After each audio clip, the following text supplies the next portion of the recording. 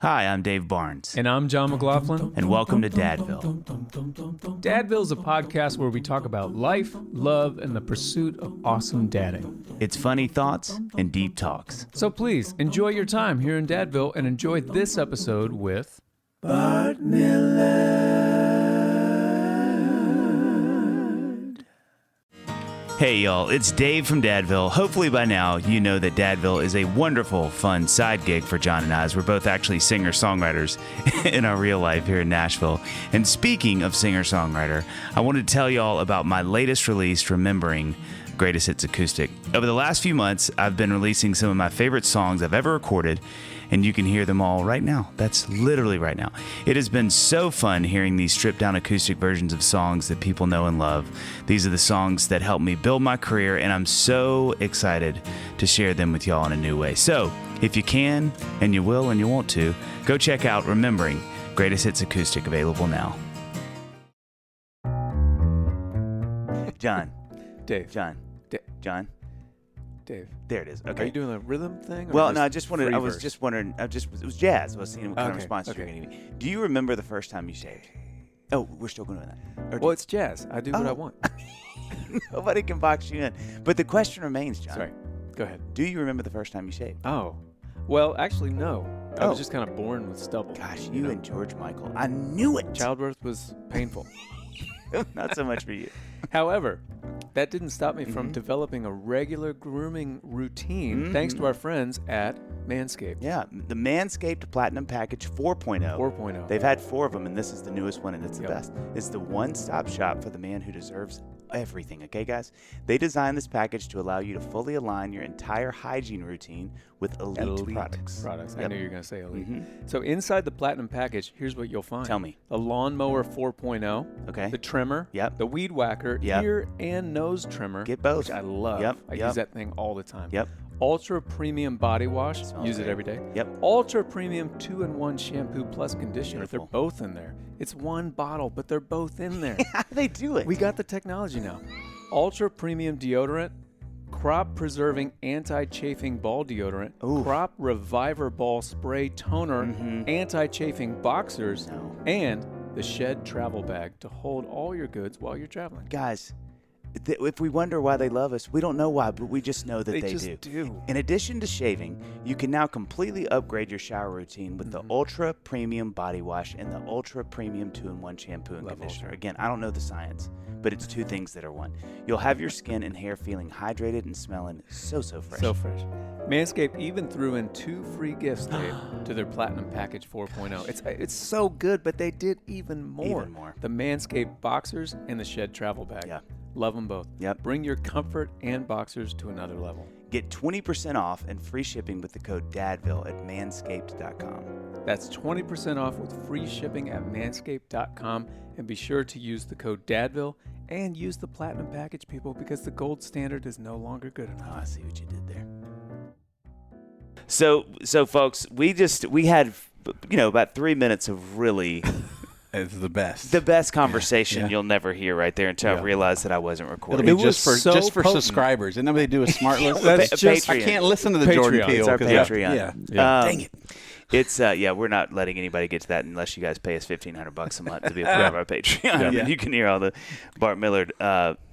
This is a big moment. This is where I was going with this whole thing. We've planned this. I think.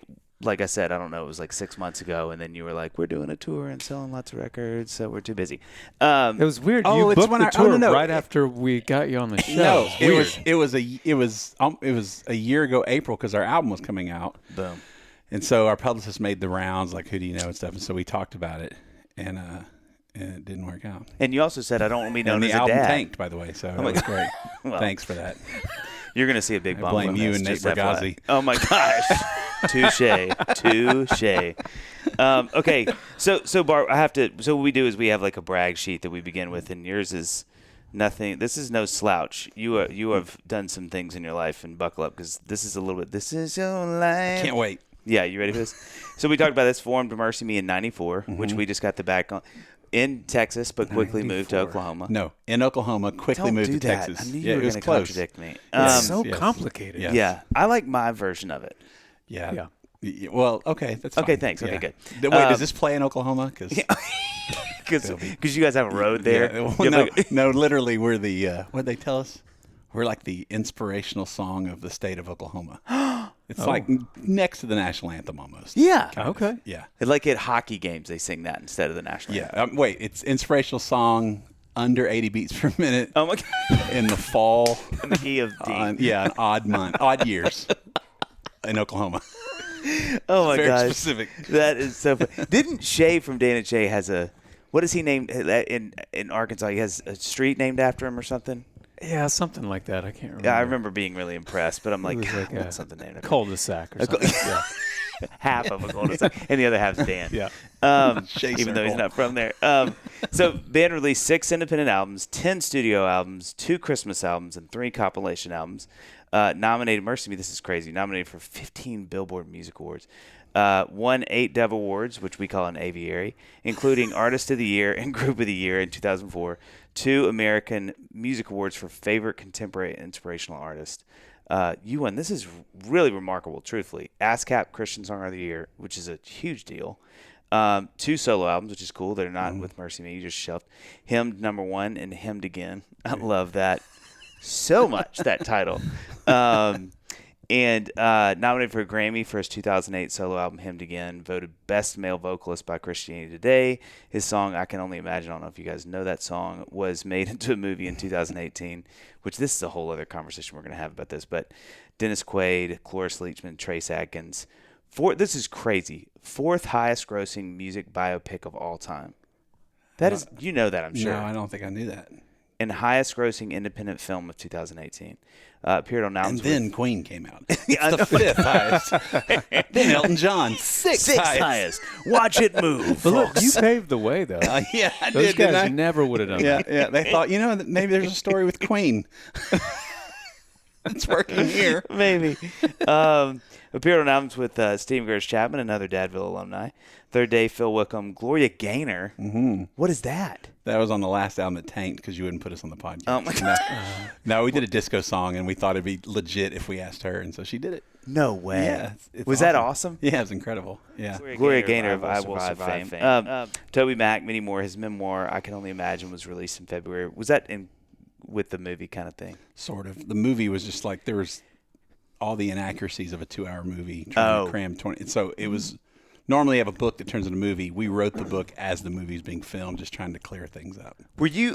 We're going to talk more about this, but I want to ask this just something. Were you there for the filming of the movie? I was there, for most of it. When it's shot out of order, and so when they had half the movie done before they had my dad casted, and so it was between 3 different actors, and ended up getting Dennis Quaid. So I went out when he started doing his stuff, which was like the last couple weeks of shooting. Okay. So, okay. Yeah. And that's we're going to talk about it later. Okay. Yeah. Come on. Also wrote a children's book called I Can Only Imagine. That is a lot of stuff. If you ever wonder what have I done with my life, I just answered for you. So here's something we always ask with this.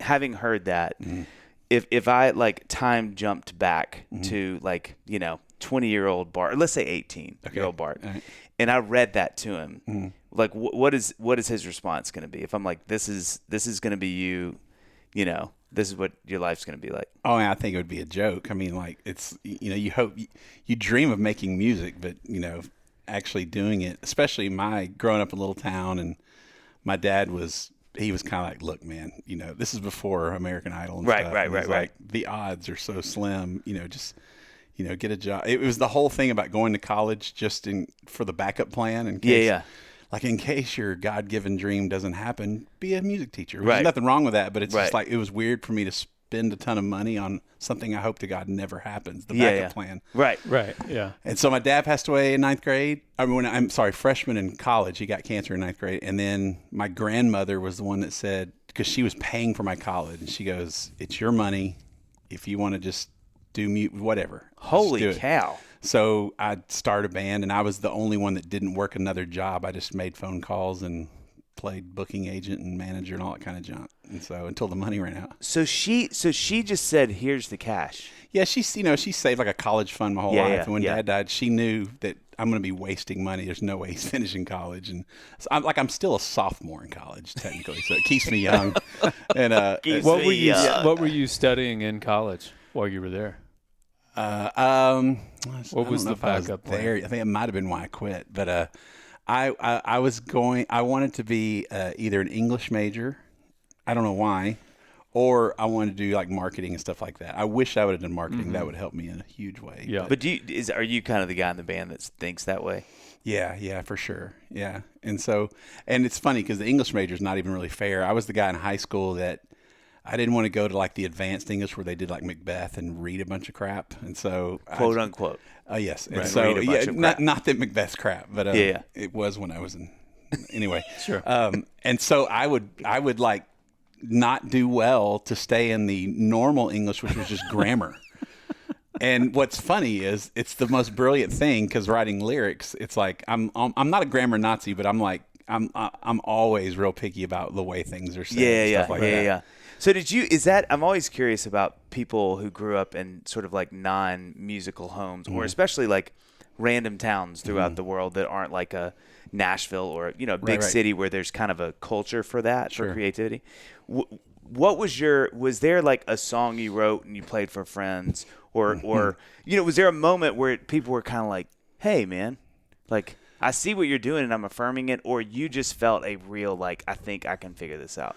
No, man, I wish it was that deep. I just like the attention. Like I was the fat kid that I'm like similar to you. I'm like I always wanted to be funny. That was my thing. It was deflecting. And I had to 7th grade maybe, I don't know. I had to sing a solo to go on some choir trip with my youth group, and I was petrified. And so I got up and did it. And somebody's like, "Hey, man, you can actually sing." Wow. And so that was not you weren't thinking of yourself that way. I mean, as much as a kid holding a tennis racket at 10 years old might, but not that it was for real. Okay. And then to sing in front of him, and then it was like I don't know if it was good or not, but all the older people were like, everybody's amazing in your church, bless his heart, right.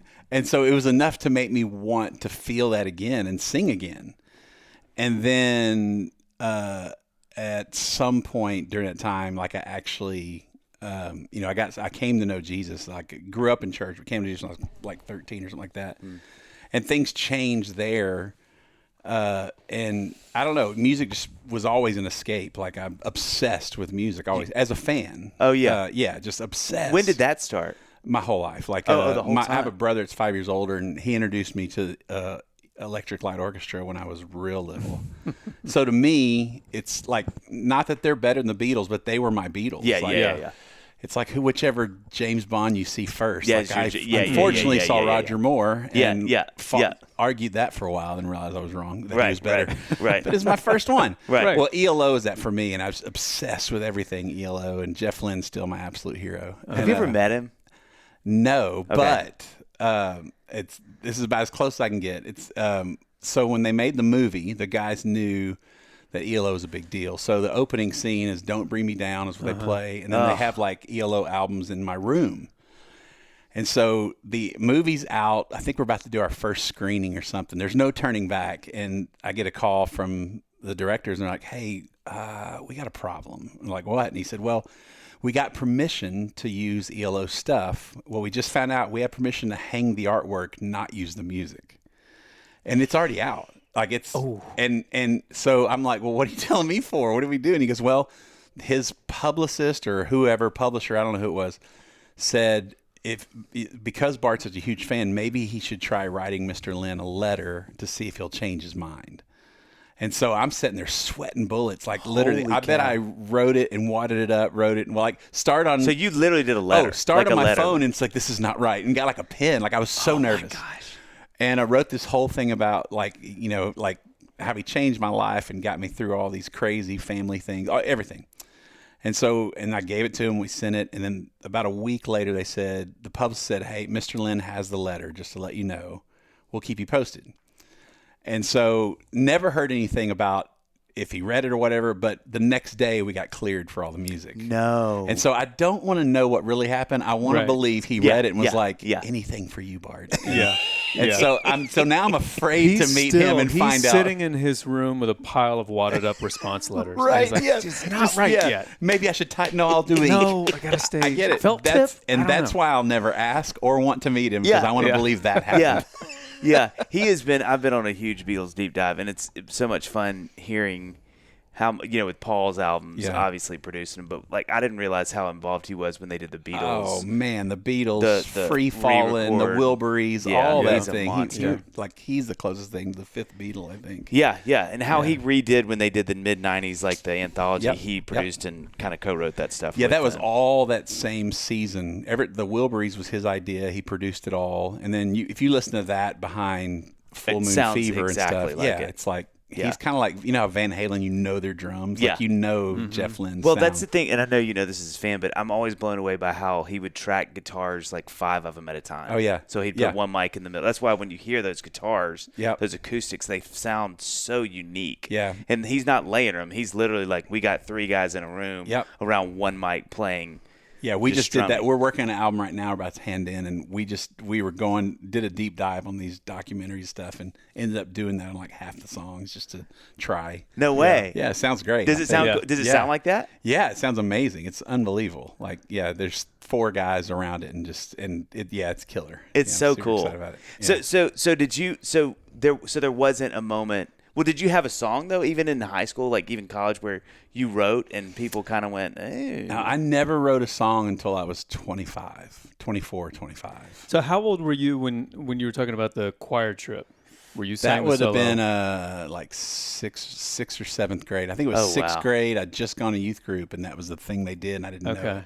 So I sang that, but I didn't I'm sorry, I wasn't 25. I was probably 22 or 23. I'd already given up on college, but our guitar player Mike, who's 2 years younger than me, was in some community college class, and he had to write a song. And he's like, man, I don't know how to do this. I don't either. And so the first song I ever wrote was trying to get something for his class. And I think we got a B or something dumb like that.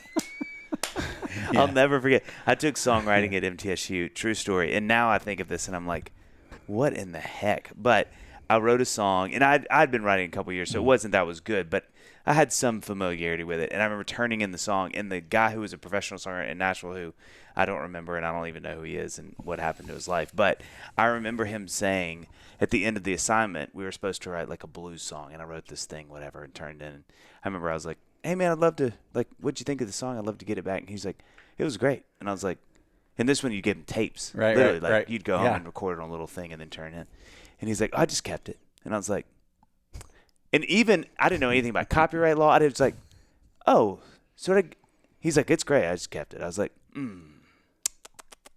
doesn't feel legal, but I'm 20 and I don't really know what to do about that. So I was like, okay. He's like, you want your A, right? Yeah. It's funny. I took a songwriting class in college as well. And I have a song called Blue Skies. Oh, one of my favorites. I wrote that for that class. Isn't that funny? I wrote that.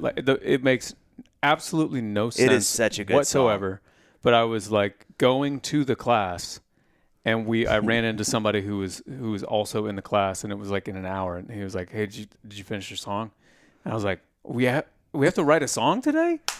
So I went to a practice room, and it's just bouncy, poppy. It's so good, and the words make absolutely no sense. Were you already a songwriter at this point? You just thought you'd hone your skills in this class? I was starting to write songs. What's the title of the first song you wrote? Oh, I don't like this game. Come on, man. At all. Well, the first when I was a kid, I would write songs on the piano that had no words, right. So they had no titles. But I can remember the first 2 that I wrote. Still, what's the first song that had a title, and what was the title? We're going to put an ad right here. So Mine was I Can Only Imagine. You guys go next. No. I give that song a B, a solid B. It's a solid B. It's above average. Should have handed that one in. Mine was called Sailor's Lullaby. Was it really? Not bad. That could be a Sean Colvin song, and everybody'd love it. That's fair. And it probably was why you wrote it. Yeah, it's about the same time. Mark Cohn. Close enough. Very close company. Oh man, I think mine was called Spot on Line. That's cool too. Yeah. I'm assuming these aren't like Christian songs, or No. See, mine. Come on. What is it, like Savior's Hands or Jesus Tears? All for the Tears one of the who won Savior. for all. No, that shows your cleverness pretty early, though. It's just long. But that was that was that song for that class. Bill Gaither is somewhere right now going, "Glory be quiet. Something is different in the air. There's a. I need to go to the He told me piano." I'm just going to keep it. that I will say this though. The name of my band, however, was Fishers of Men. Is that your first band? Yes, that was. Were you ever in a band? Were Were you ever in a band? I was never in a band. No. I should not have been in a band. All the guys who I was in the band with, who, they would tell you if you sat with them, been like, Dave was miserable to be in a band with. Well, I don't know if I was in the band. Lead singer of a band in high school couldn't make it, and so I had to fill in for some like high school dance, and our name was the Chubby Stick Men. Wow. And our logo is a stick man, but the line in the middle is just a circle. Arms, legs, and a head. That is amazing. Yeah, and I was the only big guy in the band, so I don't know if they changed it just for me or what. You're like, guys, it wasn't the name of the band before. Hurtful. Hoping Dave Thomas would have been here today. So we actually can get him. He's the mayor. We can bring him in. Yeah. So tell me this: when you started writing songs, was it something that you loved doing? Was it something you felt like, okay, this has got some legs? No. Really? No. This is I really didn't. surprising. Well, okay. There was a time in high school where I was everything in my youth group. Everything about the youth group was big to me, and I went to all these youth groups and church camps, and they always had somebody that would like White Hearts playing or Al Denson, And there was a part of me that was like, I want to do that, but that's still. I should have set my goals higher, but at the time I was like, I want to be a guy that does church camps. That's a good place to start. Yeah. Well, but to be fair, because I grew up, and I know John did too, going to church camps. Like as a kid at that, and if you saw live music, it was right. like seeing AC/DC. Yes, I'm thinking he's doing this all year long. This is the greatest gig ever. Like, and you go to camp every week. Like, as a 13-year-old, that seems like heaven. That seems like heaven. Yeah. And so I wanted to do that. And a friend of mine in high school, her mom would write those church youth group musicals, like the sheet music. She would write these and worked for some guy that worked with Word Records. She lived right there in my hometown. I couldn't believe it. And she said, "Hey, there's this songwriting. Do you remember a thing called is it GMA in the Rockies or whatever?" Oh yeah. Where they do it at Estes Park or whatever. Park, yes. Yeah, it used to be this thing to where if you want like Christian music, you go out there for like a camp, and that you could sing, and they would critique you, and you do all. It was like a church camp for people who want to sing. Well, there was this year they decided they were going to take that gig on the road, and so they came to like all these big cities, and you could come, almost like American Idol. You could come and you would sing. There wasn't I think there was a winner, but they would critique you, and then there was this little tiny record label that like if you made it to this, we would sign you. Pretty sure it was a scam because I think I would be paying for my own record anyway. But I went, and I remember the judges were my friend's mom, Steve Camp. Oh my gosh, Steve Camp. And somebody else, I can't remember. And I got up and sang. I had like jeans on. I was way into Stephen Chris Chapman, like in that More to This Life kind of era. And I had my shirt untucked, wore these boots stuff, and I sang. I think I had a mullet. And when I got done, all of their critique sheets said, everybody here can sing.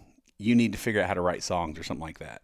And wow. That was it. Not great, not good job. Like everybody here can obviously sing. You need to, focus on writing. Because I sang covers. I guess other people were singing original songs. I just sang. Okay. I've never. I'm trying to figure out what the takeaway is from that. But I just sang Stephen Chris Chapman songs, and maybe, I don't know, I'm assuming other people were singing original stuff. Yeah. Maybe. And because they're probably an artist trying to make it. I'm just like, hey, I get to do a solo outside my church. Is what it felt like. Well, and also tuck in your shirt. Those are the things that said, yeah. Have some self-respect. Right. Or just respect us as judges, at It's least. the savior of the world, it's like tuck in your shirt. And so, my bad. So anyway, and so like I at first I was kind of offended by the untucked shirt, but then I was like, I really thought I can't cover songs. YouTube's not around where you can get paid to cover people, but I was like, that's going to be the end of it, because I always thought maybe other people write songs for them or whatever. And so that's when I kind of started, and we started the band we were a cover worship band just for our youth groups, all we were doing. We did a few of those, and then at some point, I loved leading worship, but I just got tired of singing all these songs. And so we also wanted to be a rock band. We were big into Pearl Jam, and so we tried to write these awful rock songs. Awful. Yeah. And so in our live shows back in the day, like after the Friday night football game at the fifth quarter, we would play our rock songs, and they would stare at us like we have a horn coming out of our head, and then we do Lord, I lift name on high, and then they'd go nuts. Yeah. And so at some point we're like, man, there's got to be a way to do both. And so my first attempt at actually writing was an album that was same format of worship songs on PowerPoint, a verse and a chorus you sing 100 times over and over. But we tried to write our own original that would cover us for all the summer camps that were paying the bills for the rest of the year. And on that album, the last song on the album was I Can Only Imagine. Jeez, and didn't fit the mold. It wasn't the typical PowerPoint thing. So we never played it live for almost a year. And just did the other things that had hand signs or whatever. And then at some, I'm not kidding. Everything you were saying is hitting such a specific thing in me. And it's like, can we come up with? I mean, it's like, and everything TikTok does, I feel like we did just because it's like do a dance, do hand signs, come up with something they won't forget. It's like all the stuff, man. Come on. What are the hand signs for? I Can Only Imagine. I know. Well, yes. It's so. I swear we should start an app called Church Camp and just do TikTok. Oh gosh. But anyway, and so some speaker at the camp said, "Hey, can you do I Can Only Imagine for the Friday night altar call or whatever?" And we were like, "We don't know it. Like we've never played it." So we were behind the curtain at Hardin-Simmons University, and no way. And we were learning our song as quietly as possible while he's preaching. And then the curtain opens and we play Imagine for the first time ever after it's been on the album for a year. And the lights on your face you can't see, and we finished and it was dead quiet, and we thought, this is just like our rock stuff. They hate it. Like no one's doing anything. And when the lights came up, they were like at the altar crying and and praying and stuff. And so it was like, what's happening? And so, yeah, I don't even know what the original question was. Sorry. But it's so interesting though, because before you got here, Dave and I are, talking about what we're going to talk about, and we're talking about that song. And I remember that song was, you couldn't get bigger than that song. I mean, that song was massive, massive. And I remember, I'm a piano player, so, of course it's got me from the jump. And I covered it 1,000,000 times. It's so interesting to me, though, that you guys you sat on it basically for a year. Yeah, we did, because it didn't fit. The other stuff was working. Like, as corny as it was, we were like, and we were killing it at church camps, and we knew the fall was going to be slim to nothing. So when you're sitting on it all that year, are you like, I know this song is going to be big, or is going to be something? Because it's so interesting to think that you thought, well, maybe this song just isn't going to be anything. Then it ends up being one of the biggest songs ever. Yeah, I wish I could say, yeah, of course I did. But it was like I was so locked into what kids were responding to, and this is what we absolutely had to do. That that song was so for me and nobody else when I wrote it, and so in that year also it wouldn't have been a lot of fun to sing, because my dad passed away in 91. I wrote the song in 99. The movie acts like it happens in 5 minutes. But that was the first time, that I had really addressed any of that, and so it was very therapeutic, but also like, I don't know if I want to do this, and it just didn't seem. We either doing Pearl Jam and meets Hootie and the Blowfish and our little concert, or doing these corny worship songs. Right. So it just didn't make sense to me, and so. But what was crazy about that, the independent record it was on, like back then, if we would have sold 1,000 CDs in a year, we could have paid our phone bill. We all lived together in this old abandoned daycare in Oklahoma. What? Yeah, it was. That's the beginning of a horror movie. Well, it was when we decided to be a band. Okay, so let me answer that, and then I'll explain that to you, because how we got to be a band is pretty funny. But so we would, if we sold 1,000 CDs in a year, like out of the trunk of our car. That was awesome. Well, that album that year sold like 180,000 That is units. insane. What year is this? This was 99, 2000. That is bananas. And it was just from our camps and I'm sorry. And we, my wife and I were shipping CDs to like 400 bookstores. It's like Mardell and all these places that would sell them, back when they would sell. And it was killing us. Like the work, everything but being on stage was killing us. Because we're doing it all. We didn't have a manager, didn't have anything. Hey, Dave, Don't make it bad to take my questions and give me answers. Dave, what's your favorite thing to make in the kitchen? A, and B, why is it mac and cheese? Guilty as charged. But when I do make it, I make sure to use my Caraway cookware. Yeah, why did you I knew where you were going. Caraway's home cookware and bakeware are non-toxic, so you can make healthier cooking a piece of cake. That's true. Unintended. That's nice. Man, you're on fire today. Yeah, Caraway's home's non-toxic kitchenwares are all designed for the modern home and feature a chemical-free. I hate chemicals. I don't want them in the kitchen. They feature a chemical-free ceramic coating, so food can be prepared with peace of mind that no hard-to-pronounce compound will leach into your healthy ingredients. Get it out Gross. of Can I ask you a question, John? Please. How do you use your Caraway cookware? Well, I tell you how often I use it. Tell me. Just about every day. No. Dave. Yeah. Every and day? I love it. Here's the thing. Okay. When I put it on the stove, the hardest thing about using it is I don't want to put anything in there because it's just beautiful. It's beautiful. I kind of want to jump in there and just slide around. Is that weird to say out loud? No. I don't want to be cooked. I mean, don't tell a lot of people that, but I'm with you on it. Listen, I'm with you. The cookware set is a modern and chemical-free iteration of the traditional 16-piece set, boiled down to 4 essentials: a fry pan. Yep. Guess the rest. Saute. Yep. Gotta have a saucepan. Yep. And then we end with the Dutch oven. Gosh. Look, John. I'm all about the essentials, You are. Dave. And the bakeware set is an assortment of non-toxic baking essentials every modern kitchen needs. Everyone. Go get it. Yep. So you can get baking goods without any of the bads. Oh, See what man. I did? Yeah, I do, and I'm still seeing it. Visit carawayhome.com/Dadville to take advantage of this limited time offer for 10% off your next purchase. This deal is exclusive for our you listeners. guys. So Just you for listening, this is for you. Visit carawayhome.com/Dadville and use the code Dadville at checkout. Caraway, non-toxic cookware made modern. So I have a lot of questions, and I'm sorry, but here we go. So it is obviously selling so much. I mean, this is kind of an obvious question, but you are seeing, wow, this thing is moving. I thought it was the other songs on the record. I'm not even lying. That's actually what I was kind of going to ask, because you're not selling a single, you're selling a record. Right, and everything else on there was what we do at camp. And so it was like we weren't giving them a chance to hear Imagine because we weren't playing it live. I had no concept of people going home with a CD and handing it around and getting into it, and there was no radio play. And so I just thought, these kids are going nuts over this verse and a chorus, and so that's it. We're killing it, realizing that they did not contribute to probably one CD sold, and it was just because of that. When I realized it was a big deal that was my next question. Like, when was that moment? Well, it was when Amy Grant called and wanted it, but it wasn't that that was huge. But when she called me, we were doing a conference somewhere in Iowa, I think, and Is this 99 still? this would have been. It had to be 99, 2000. I wrote it, and I'd say it's probably 2000. Okay. Well, maybe 99. She called and said, she goes, hey, she called her and she said, hey, Bart, this is Amy Grant. And I was like, whatever. And I hung up on her because there's no way it's Amy Grant. Yeah, it's no way. And she calls back. She's like, don't hang up.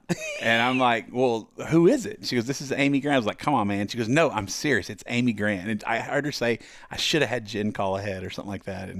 And she goes, listen, she goes, before you hang up again, she's like, I have this movie. I want to say, I hope I get it right. This movie producer, somebody that had cancer in California, and somebody had given this movie producer Imagine, that album. Wow. And somehow she passed it on to Amy, like, you're my only connection. Have you ever heard the song? Or maybe to her manager, Jen. And I think, yeah, that's what it was. And Jen told me that she didn't know how. She goes, this song was huge. You guys nowhere to be found. And she goes, I wanted this to be Amy's like next El Shaddai. So she put it in Amy's car, queued it up, and didn't say a word. And so then Amy she leaves in her car. She calls Jen and says, I don't know what this is. I've listened to it like 20 times in a row. I can't stop crying. And so then she called me because Jen was like, I don't think they're doing anything. They're not on a label. They're not, you need to record the song. So she called and said, I really want to record it. And we at that point decided we didn't want to sign a record deal for a couple of reasons. One, we lived in Nashville briefly in 96. Oh, I didn't know that. Yeah, we lived here for a year down off Ellington Parkway. And Jeez. It's funny because like everybody kept talking about East Nashville. I thought it was some magical place. I'm like, that's where I lived, and we got shot at when I lived there. Yeah. And so we lived there, did a showcase at a church in Smyrna, and these labels came, and because we were doing all these worship things at conferences, and like Audio Adrenaline would be there, Big Tent Revival, and they would tell, hey, this band's like got a following, you need to check them out. Our rule was whatever Caveman's Call was doing independently, that's what we wanted to do. Yeah. And so we did the showcase because the friends of ours convincing labels come watch it.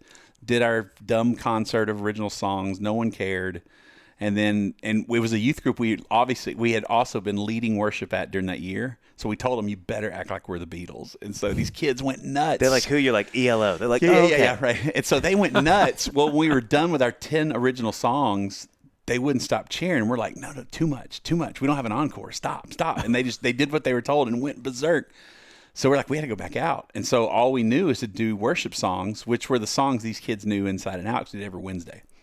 When we did that, everything went up a whole notch. These kids were into it, like to where we left, whatever the last song was, they kept singing a cappella like U240. Jeez. And I remember being on the side, and there was this moment to where I was in tears because I was like, whatever this is, that's it. This is what I want to do. Wow. And it was the worship, not just being on stage. I'd done that. Mm-hmm. And right when that was like this God moment, like these guys and these labels came back, and the first thing they said was, man, everything was okay. The worship was weird. Like, we don't do worship. Integrity does worship. Like, that was back in the day. And they were like, and for some reason that really ticked me off. Like, I was like, how did you not read the room? And so that was like, I remember the next morning, it's like, it was almost like a hangover feeling, I'm assuming, because I was just like, what do we do now? Everything we've done has led to this, and I don't want any part of it. And we got the call to go to Dallas for that whole Dawson McAllister deal. That call came that day after the showcase. Oh, wow. And so we packed up, moved to Dallas. But that's when I realized my dream was to be a part of this, but I don't want to do it. And so, and then we were selling so many CDs. Like, I remember when we signed, we were an independent band. We were making $30,000 a year each, and we had 401ks. We had, because our drummer is very responsible, and we had insurance. And we're like, and I remember my youth minister guys were making like $25,000 a year, and I was like, if I can just make that one day. Well, I was beating them, so I'm like, I don't want to touch a thing. Mm-hmm. Like, I'm the richest man on the planet. That's what it felt like. This is all I need is this ashtray. Yeah. And so I was just in heaven. And so when Amy called, I was like, okay, next El Shaddai, that's a good lead in. And I'm like, if I ever have kids, they'll go to college because it's Amy Grant. Yeah. And I don't want to do this. So we're like, of course you can. Yes, absolutely, you can have it. And so right when that happened, all of these labels heard about it from whoever, from Nashville, I guess Nashville Talking, and heard that there's this band that wrote Amy's her comeback song. And so we started getting all these offers, like, without hearing a note of our music. So they hadn't heard Imagine yet? No, they knew we wrote it, and they're like, we want whatever that is. Yeah. And so anyway, so we got these offers, and we're like, this is weird. Like, they haven't heard anything. And so we didn't know what to do, and we did realize that we hated shipping stuff and doing all the other stuff. Yeah. And so that sounds like a nightmare. Sidebar. It is. It is a nightmare. I hate if I have to send anything. Oh, yeah. If I have to go to FedEx, it takes me 3 weeks. About once in a blue moon, I'll get a picture of some kid going, "Hi, could you sign this, send it back?" I'm like, poor kid. Yeah. He's never getting that picture. Never going to see that. I mean, this is so for those who are listening, this is the reality. And I mean, you guys did this before we did, but John and I know this real well, where you would get orders on your website every week, and then you would compile them, which was awesome because it was real money. I mean, people were paying $10 a record or whatever. I mean, I used to get checks in a P.O. box. There you go. Like I would go to my so P.O. box. Wirtz was the one that hit me to P.O. boxes. Yeah. He was the one like, no, you can't put your home address, put your P.O. box. You have so many fans out there. So many fans. I will tell you one of my favorite moments of my life. This is the only time it's ever happened. I was mowing my yard when we lived over a couple blocks from here. This is 10 years ago. True story. I'm mowing my yard, and a car drives by. They stop. They pull back, and two girls run out, give me a huge hug, run back into their car, and drive off. And I was like, that was awesome. Like, they were just like, oh, my God, Dave. Like, I'm mowing the yard. I just stopped the mower. They're like, can we give you a hug? I was like, sure. They're like, oh, my God, oh, my God. And then they ran back in the car. I was like, I guess that is a thing. Okay. But and I married both of them. Oh, for a minute. I was still in in the Utah house on the other block. Yeah. Okay. Yeah, that's right. That's their house. But like, you know, the normal thing for us in that season was you'd get, I mean, people listen to this, especially if you're younger, you're like, what is this magic you're talking about, this dark magic? But you get, and then you'd get your CDs, you put them in the little CD sleeves. You remember the little media mail, and you'd put a little, you know, if you're smart, and you know, this is all Wirtz taught me all this stuff. Like, put a sticker in there, and a little handwritten note. Oh my, it's genius, you know. And then they're like, oh, I got a sticker too, you know. But you do your big PO box runs, and you wanted to have enough to make your trip to the mailbox, the post office, big enough. But then you're like, exactly. Then you're like, oh, those dudes on the bottom of the box, they've been waiting a few weeks. I know, that's exactly right. Like, my customer service part was awful. Terrible. But that so you guys, obviously it's working. Yeah. But that's when y'all did I&O, right? Like, which was that's such what a happened different was thing. it was working when we did 1,000 cities a year. Yeah. But then, and we didn't realize until when we signed with I&O, which is, we're on the same label, it's changed their name, but same people ever since. But they're the ones that got the numbers and were like, hey, you did like 160, 180,000 units, which was why we were dying. Like, I cannot imagine shipping that. And I can only imagine shipping that many. And we didn't know at the time. We just knew it never would end. And it was like, and it never would. Yeah, end. and so we had different offers, but we were weirded out because they never heard our music. But I met this lawyer, a guy named Mark Maxwell, here in town. I met him when briefly he was, for a very short time, he was a A&R for a label called 40 Records. Yeah. Mm-hmm. And he found us, and he's like, he was one of the guys who wanted to sign us, and he was the sweetest guy, so nice. And it was between us and another band called like Three Strand or something like that. Scott Williamson, the drummer, was his band. Jeez. Well, they obviously chose them over us. And but we stayed friends, and so I remember calling Mark, and I was like, "Man, like, I'm not just begging to be on a label.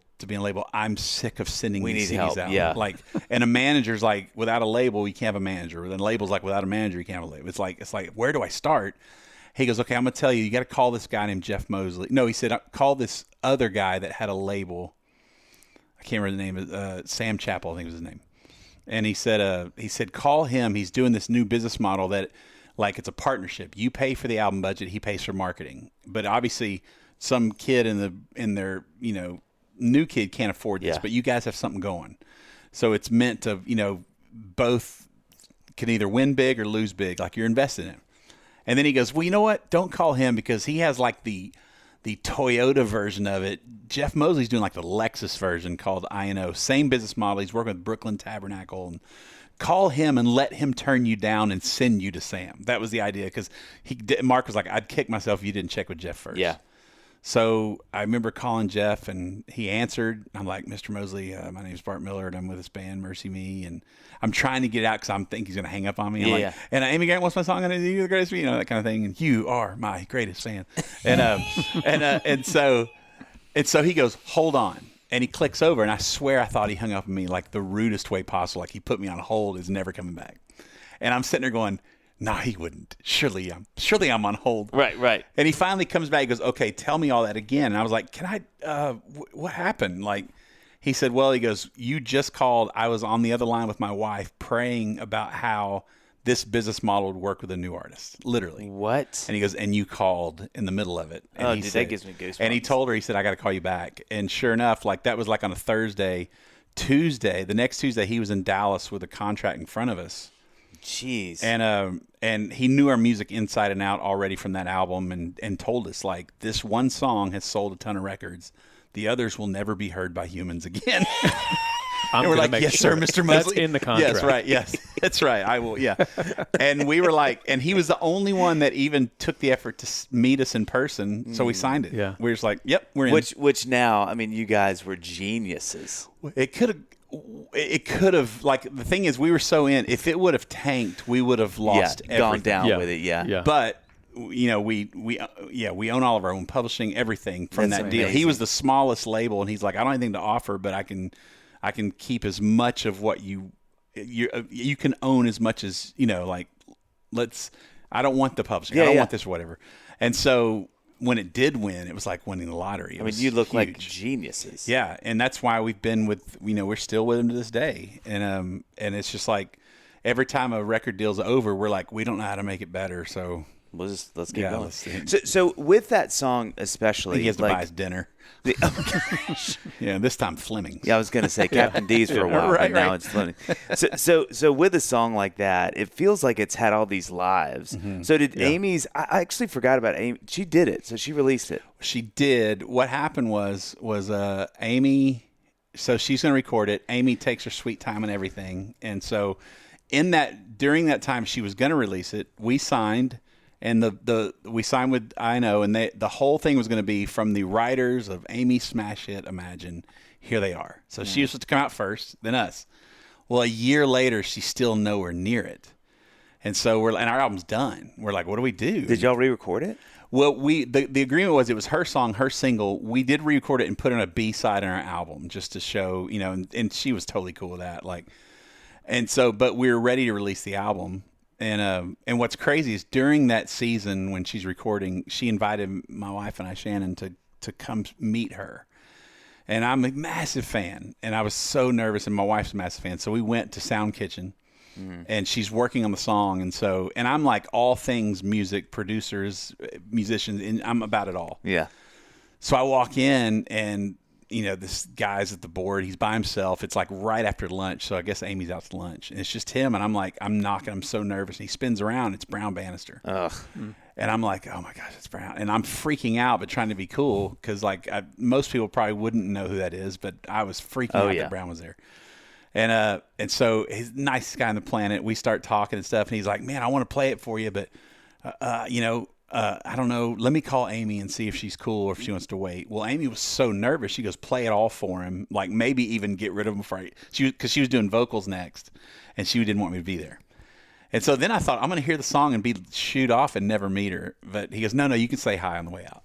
So Brown starts playing this, and this is when Creed Arms Wide Open was huge. And it was this Arms Wide Open, massive, massive production I've ever heard of Imagine. And he's playing this, and we're sitting behind him in the couch, and it's like my hair is just flopped. It's so much stuff going on in a good way. I'd never heard. And we were doing ADATs and a Mackie soundboard. That's all we did. And one day we linked 2 ADATs and made amazing magic. But and he turns in the middle of it. I'm just like, I don't know what to say. And he goes, I got to apologize. We haven't gotten London Symphony on it yet. And I'm like, I'm just freaking out. And then I still listening before the song's over. There's a hand on my shoulder, and there's Amy, and I'm like in tears. I'm like, it's just overwhelming. It's like, how do you process what's happening right now? Well, and so we hit it off, and I was like, this is the most insane thing I ever heard. I can't wait. So then fast forward a few months, and still nothing. And ultimately, what kind of happened was that she got married to Vince, and a lot of the Christian world turned on her because of the divorce. Yeah. And so that's why they delayed everything. Like, what do we do? What do we do? And so, and in that, we were sitting there going, we're just sitting on a record. And so we went ahead and released it, put out our first single was a song called Bless Me Indeed, because Prayer Jabez. And it was the worst. It tanked. It's like, I didn't even know I didn't know there was a top 50 to not get into in Christian radio. We nailed it. I thought if you just put one out, you're in the top 50. And no, we couldn't even get close to it. And so it was a flop, and we were just like, oh man, like everything about signing a record deal, like our sales before as independent were better. And now we got to split the money. Yeah. It was a big mistake. And so it's time for the second single. Like Mosley, our label's like, let's forget, shake it off. Let's move on to the next one. And one last time, our manager, Brickle, he called Amy's people and just said, any chance it might come out anytime soon? We're dying here. And Amy got on the phone and said, you should take it back. Like, wow. She's like, they tested it there was literally like 2 cities, Spokane and Birmingham, played our independent version. It was like their song of the year for that year-end countdown. Literally the only 2 towns, which happened to be the only 2 places for some reason or maybe it wasn't the only 2 places they checked, but those stations were like, I don't know if we can play it. We just wore out MercyMe's version. So they were getting a little bit pushback. And so Amy's like, this is like a train that's not stopping. This is going to change your lives. Wow. You need to finish what you started. Jeez, man. And so this was back when, if you would ship CDs to radio stations and say, play this, and it was the night before it was going to go. And so we spent this is like a Thursday night maybe. I don't know if songs were dropping on Fridays back then. Maybe they were.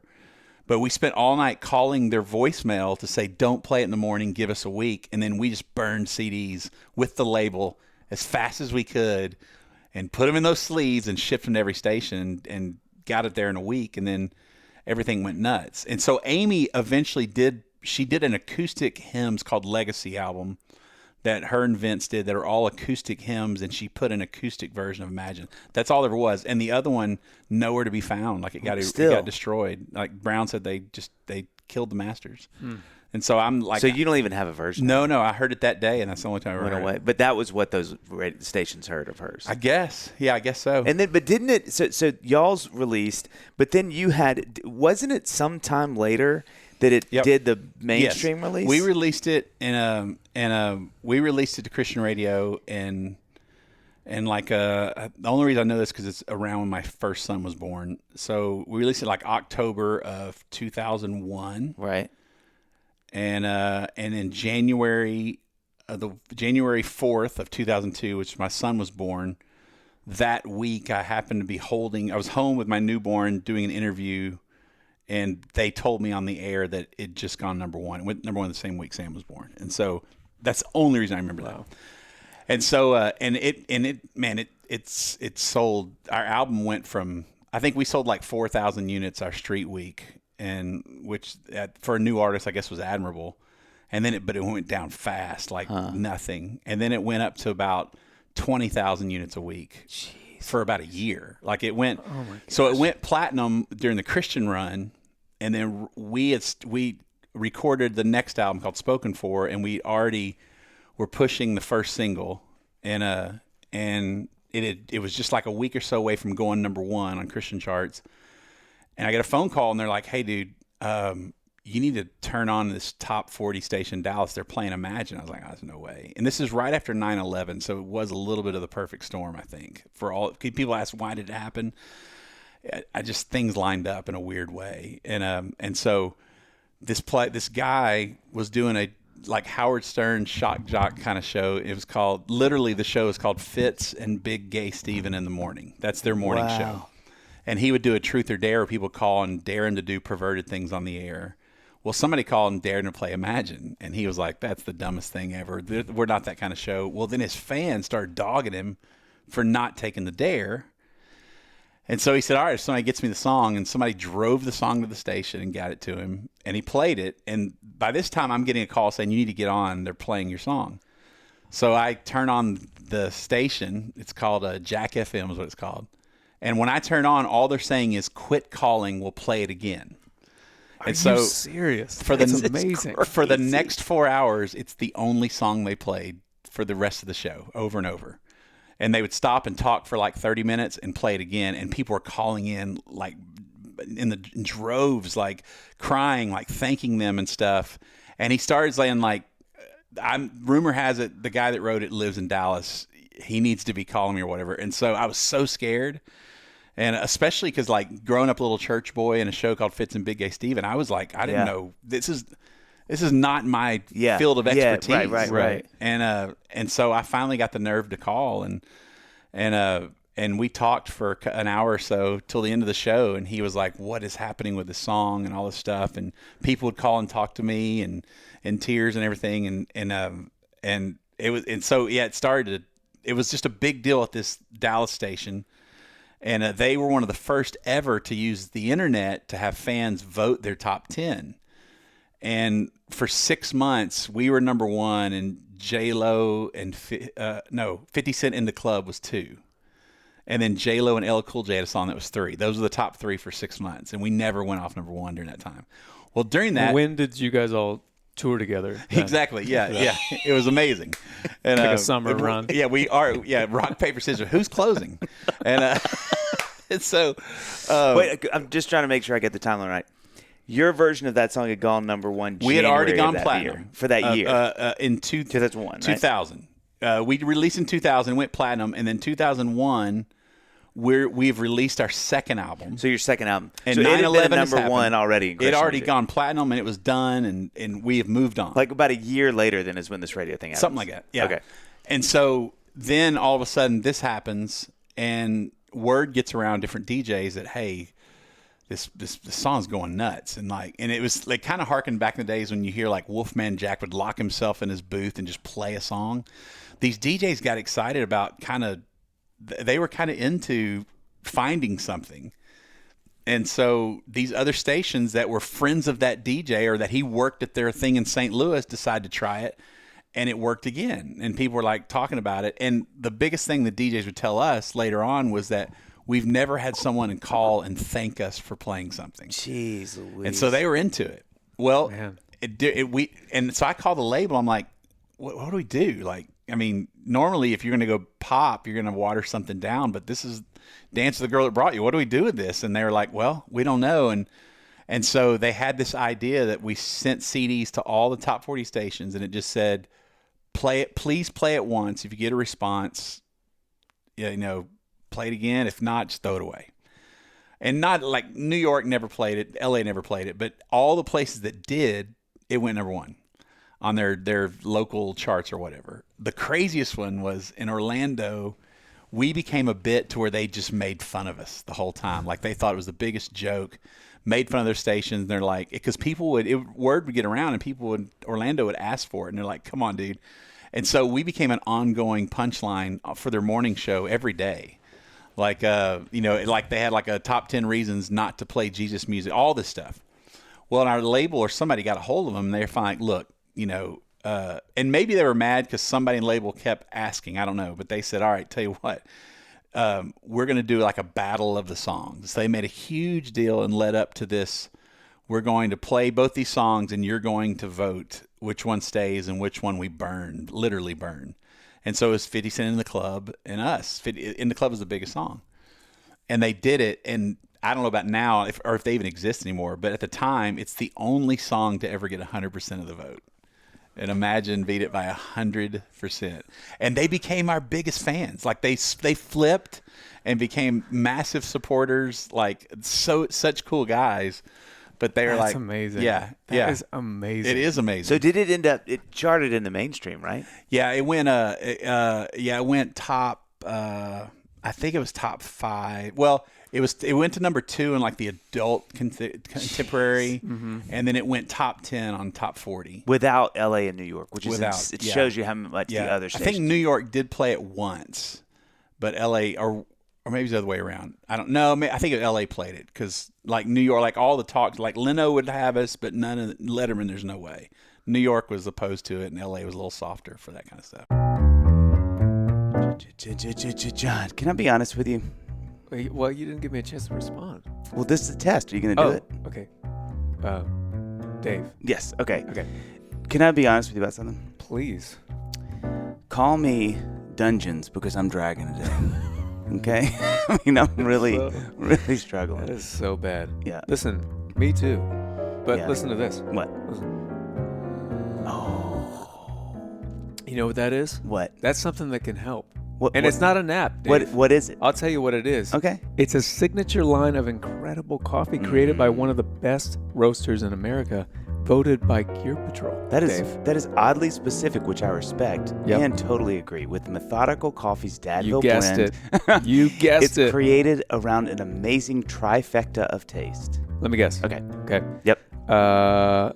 There's maple in there. Yes. Yep. And cinnamon. Mm-hmm. Hints of, I want to say, oak. Jeez, not even close. It's chocolate, graham, and brown sugar, but I really appreciated you trying. Okay. Well, listen, Dave. Methodical Coffee. They offer a wide variety of flavor profiles that range from the classics that are bold and chocolatey. You love those. Yes. Contemporary that are medium-bodied and fruity. That's kind of more your me. vibe, yep. All the way to the avant-garde that are pushing conventions. Oh my gosh. Visit www.methodicalcoffee.com for more information and use the discount code DADVILLE for 10% off your first order. That's methodicalcoffee.com and use the code DADVILLE for 10% off your first order. That is bananas. So let me ask you this. Like, I'm always interested in knowing, like, anytime an artist has, like, massive success on something or any level of success, I feel like, you know, there's the relationship with the success while it's happening. And then as you live beyond that, your relationship to past success, to me, is always fascinating. Because, like, with my own thing, like, you know, it's like you've got the record that you know most of the fans love. And I went through years of being insecure about that. Sure. Like, that tour's over. I've put out 2 records since then. Like, why aren't you asking for the most, you know? So you kind of like go through ebbing and flowing with that. So what, and I'm sure this is a longer answer than we have time for, but like, how do you sum up kind of your relationship with the success of that song? Imagine? Yeah.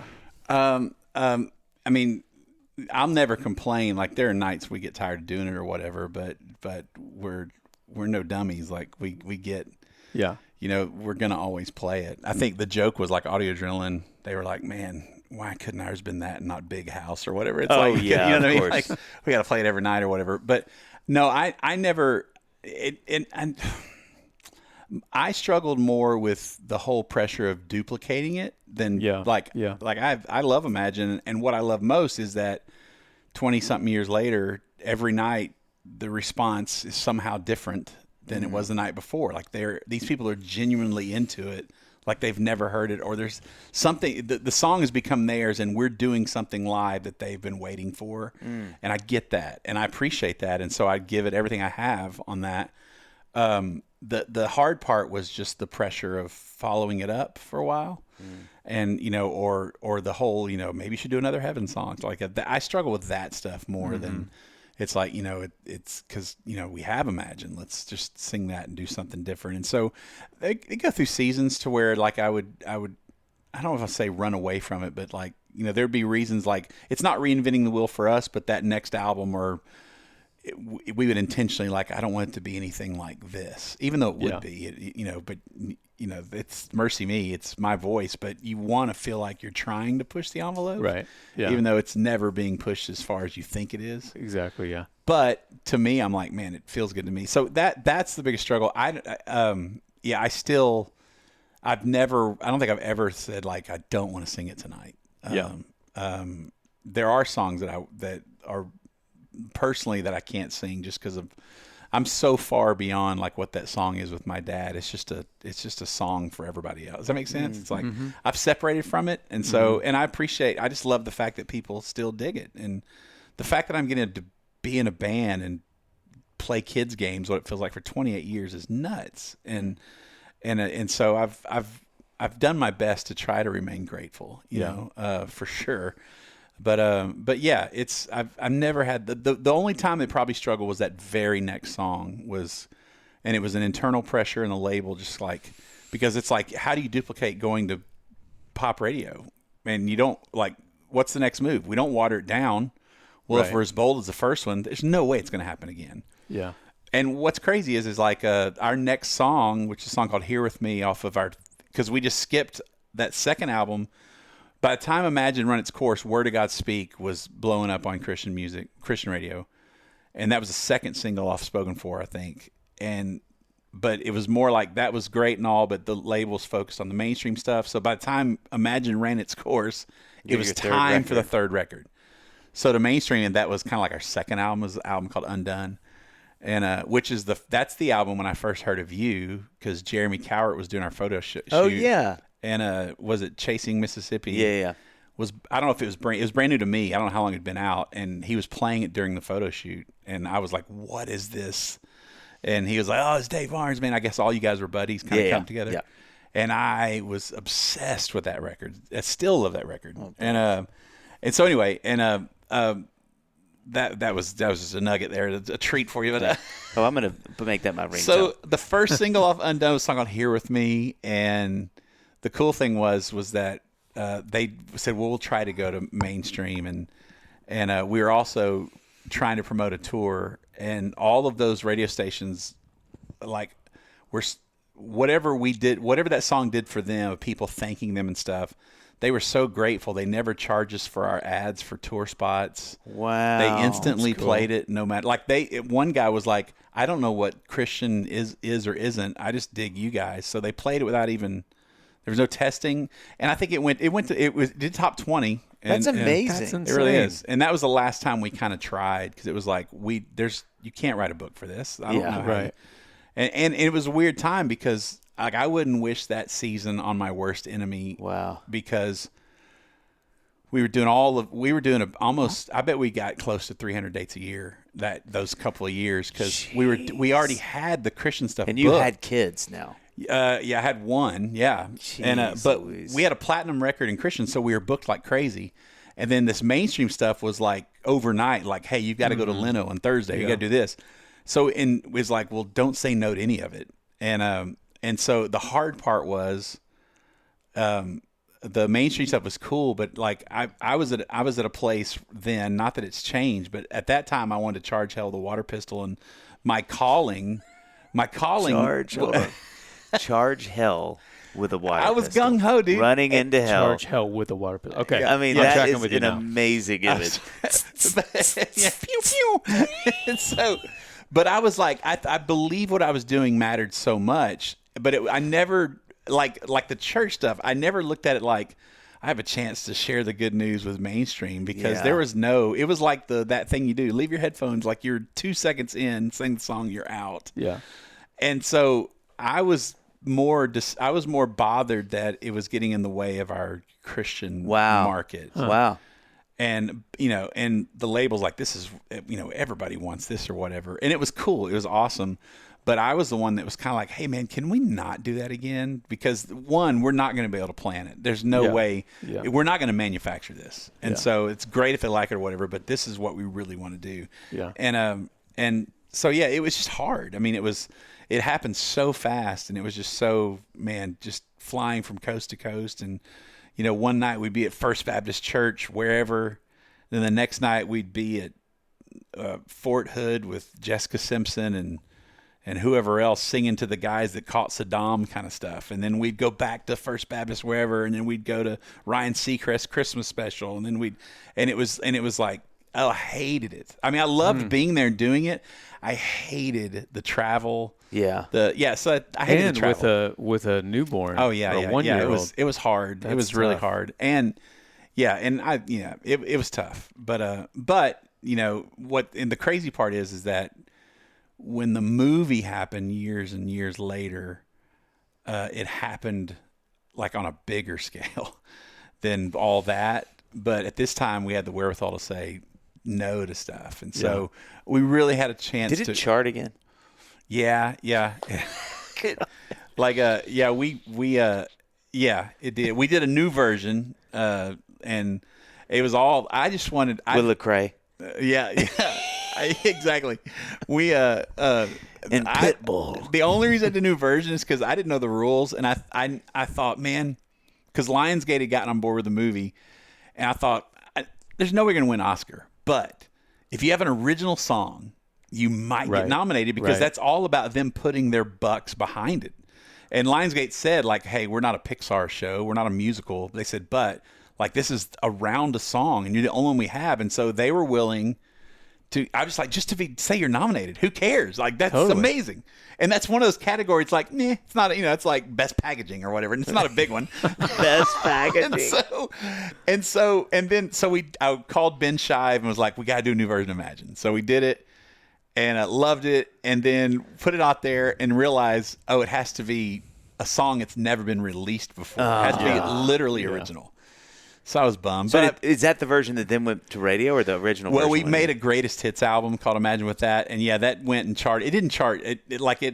it charted briefly. Like they played it during that 6-week stint of the movie. Yeah. But the greatest hits went platinum, and God. when Gee greatest whiz. hits don't sell at all, Yeah. and especially in a streaming. This is just 2018. That's Yeah. to sell it. That's amazing. Yeah, it was nuts. But then the whole movie thing, like I'm grateful for what we went through, just even a little bit, because the movie thing was like nothing I've ever been a part of or seen. Of how that whole thing was an 8-year process from when they asked us to make it to it actually getting made and released. And then they go to box office. If you're lucky, you get 4 to 6 weeks before it's gone. A huge one like Black Panther, maybe 9 to 10 weeks. Wow. And then it goes to home video.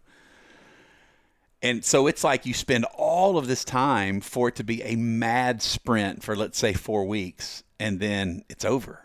It's like you may promote DVDs, but those were on their way out. Yeah. That's not like what it was. Like Blu-ray was already kind of done. And so it's just going to streaming service. So after that 4 weeks, all of that work, like the weird that post-depression of making an album or whatever, Right. it's times a million on that kind of stuff. Wow. And so that was like, but the amount of stuff we did in that 4 weeks, because like it was just a weird situation to where, we're an active band, we're touring. Dennis Quaid was way into the movie, and when you get paid to make a movie, all the junket stuff you do, that's not part of your pay. That's like they volunteer to do that, or No way. I didn't know or that. maybe do a separate deal. That's on their own. Yeah.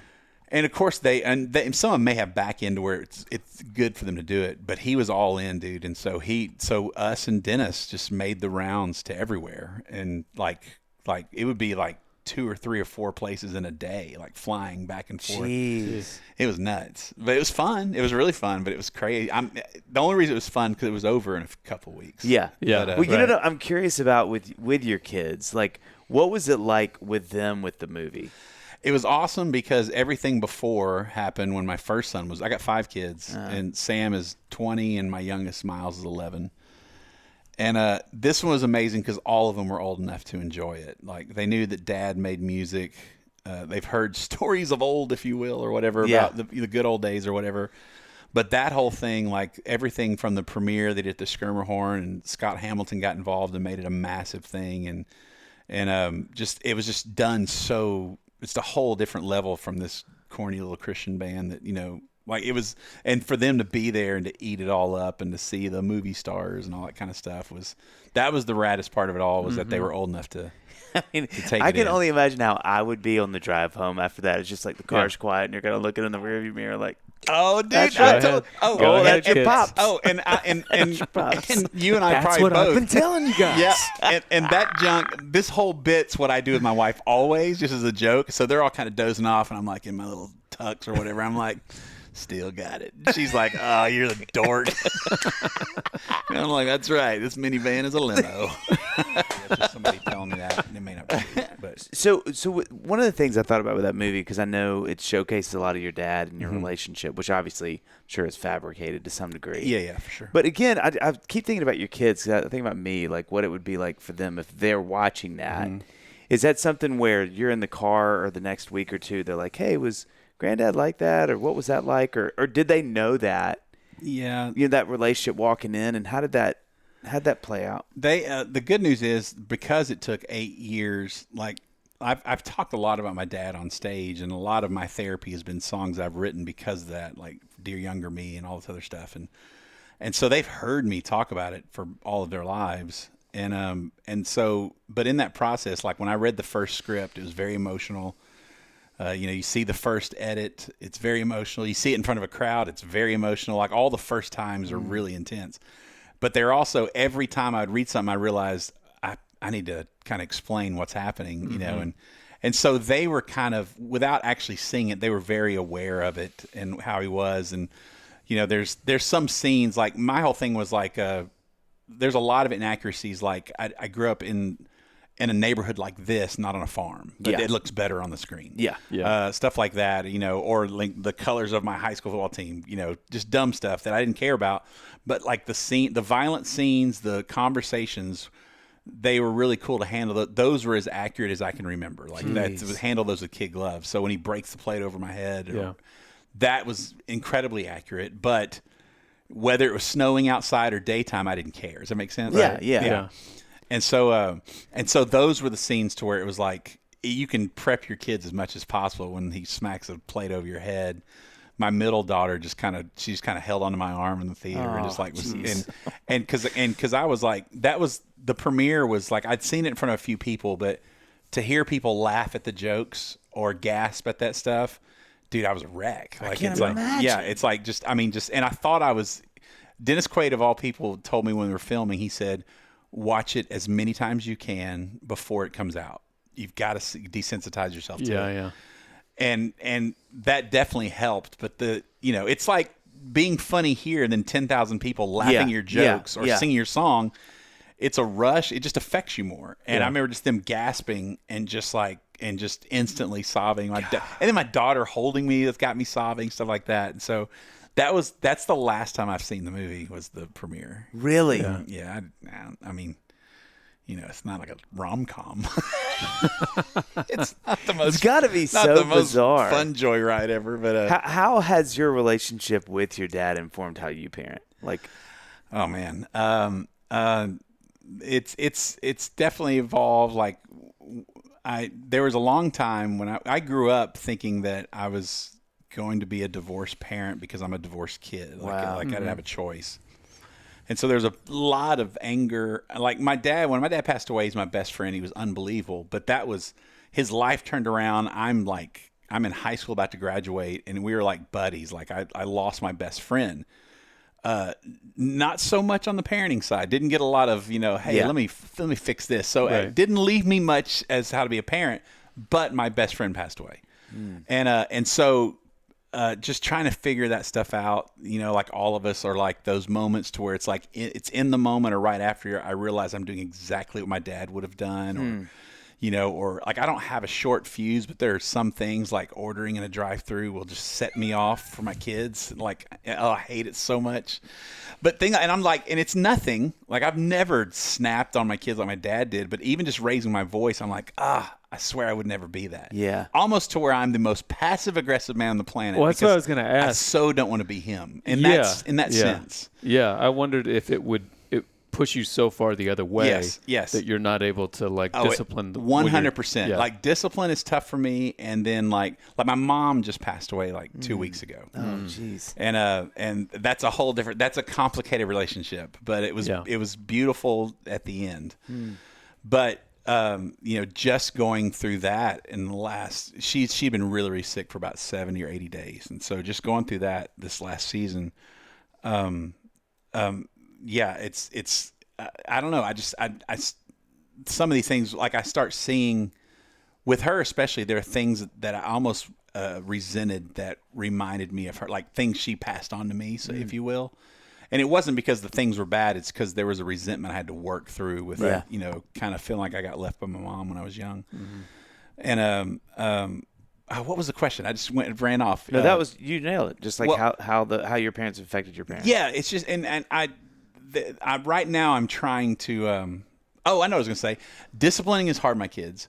And also because my mom passed away in the last couple of weeks, my wife jokingly said, man, you got grief goggles on. We're going to be buying a lot of Amazon stuff or whatever. And like, she wasn't wrong. Grief goggles. And what's funny is like about a week after the funeral, my middle daughter, who's the funniest person on the planet, she's like, hey, Dad, how you doing? I was like, pretty good. She goes, how clear are those grief goggles? Because those Nikes are looking pretty good. Oh, my God. And I was like, life is short. 2 pair, please.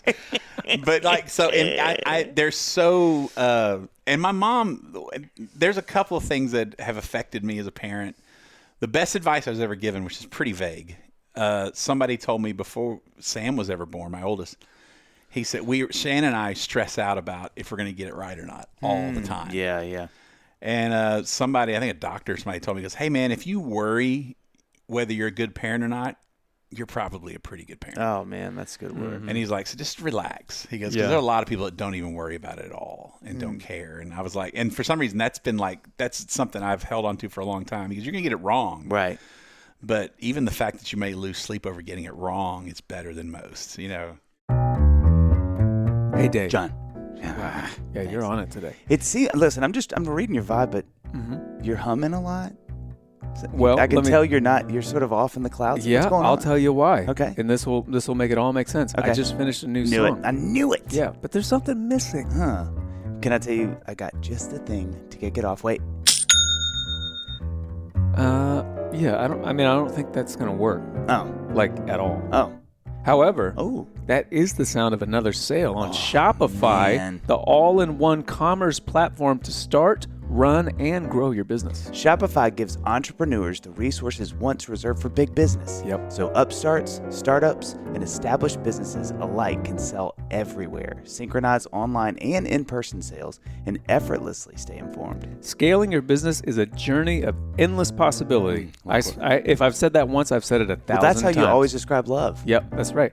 I've been using Shopify on my website for years, and it's made things so much easier. Dave. You can reach customers online and across social networks with an ever-growing suite of channel integrations and apps, including Facebook, Instagram, TikTok, Pinterest, and more. You gain insights as you grow with detailed reporting of conversion rates, profit margins, and beyond. God, you sound so smart right now. I'm so jazzed Go up to right now. shopify.com/Dadville, all lowercase, for a free 14-day trial and get full access to Shopify's entire suite of features. Grow your business with Shopify today. Go to shopify.com/Dadville right now. That's shopify.com/Dadville. So I'm curious, this is something I'd like to ask other parents. What is there a particular thing that on any given night, like you go to bed, your head hits the pillow and you think about that day? Like for me, it's spending just a couple quality moments with both of my daughters separately. Like if I don't feel like I did that day, Oh, I see what you're saying. I stress about it. Yeah, Because 5 kids is a lot. it is a lot. I don't. I'm trying to think if I don't. Let me think. Maybe lately, I don't go to bed with many regrets. But on those days to where you nail it and it's like I found time for Sophie and Charlie and these guys, all stuff, I will recall those, like, not pat myself on the back, but like, yes. It feels so good when you feel like you did that day. And so I relish in that. If I get it wrong, no lie, I'll usually say, I get to try again tomorrow. Yeah. And I try, and I think I went through a lot of therapy because before the movie came out. And that was something they taught me, was like, man, it and the way she said it, you get people that say hateful things about your music and you get worked up and you want to say something. And this same lady was like, if you can't answer the nice letters, don't answer the mean ones. Wow. And Good night. or when there's not many people in the crowd, never be mad at the ones that came. Yeah. Because you can get mad when it's empty. That's and it's like, What don't- an and incredible. it's a beautiful thing, and it applies to everything. Thanks for coming, guys. But have you ever had that attitude when it's empty A and you're like, million times. I hate all of you, and it's like, don't be mad at the ones that showed up. They're here. Yeah. Yeah. And I'm like, that's such a beautiful thing. And so as a parent, I do the same thing. There'll be days like yesterday, I got it all wrong. And I'm out of we're working the studio. Yesterday was my first day of nothing to do. And y'all are probably the same. I can go so fast from doing something that matters in the world and that is important to mankind to the next day wanting to put on dress socks and flip-flops and like I'm a grandfather. Like, what am I doing? Like the re-entry is awful when it comes to my house. Whether I'm touring in the studio, the sense of hopelessness that I can feel within a 30-minute shift. Do you know what I'm saying? It's like, will I ever make music again? Oh, my God. Like you just sent your vocal. No You're lie. like, gosh, if we call my wife, she would tell you that this morning I popped up and went, is today the podcast? Oh, thank God. Like I had something to do. And I was just in the studio. And it's so stupid how fast I swing. But then while you're in the studio, is there a part of you that like dreams about doing nothing forever? No question. Yeah. It's like, I do hate doing vocals. I hate doing vocals because they're so do it again. And I'm just like, one day I just want to be done with this. And then it's 3 hours later, I'm like, I just want to sing one more time. Just let me do one more. This is one more take. Exactly. And so with parenting, I've taken that to heart. She's like, you're going to blow it a lot of days. Just remember, you get another shot. Yeah. But she said, but also relish in the times where you get it right. Yeah. Ruin Right. it for all of us. Right. Yeah. Okay, so we always end with 2 questions. Yeah. First of all, thank you for your time. Oh, of This course. is Yeah, wonderful. awesome. Great. Love this. Okay, first, what is the one thing you want your kids to know? Like just in general, or Yeah. well, and now I'm having a hard time because I'm like since we're in this what we're talking about. The one thing I want my kids to know. What can I say too? Go. This is your show. The more personal, like when we're talking, is that I tried. You know what I mean? As a parent, because I feel like my most inexperience is as a dad and a husband. That's like I feel like I had more advice musically than I did, like, as far as growing up and doing that.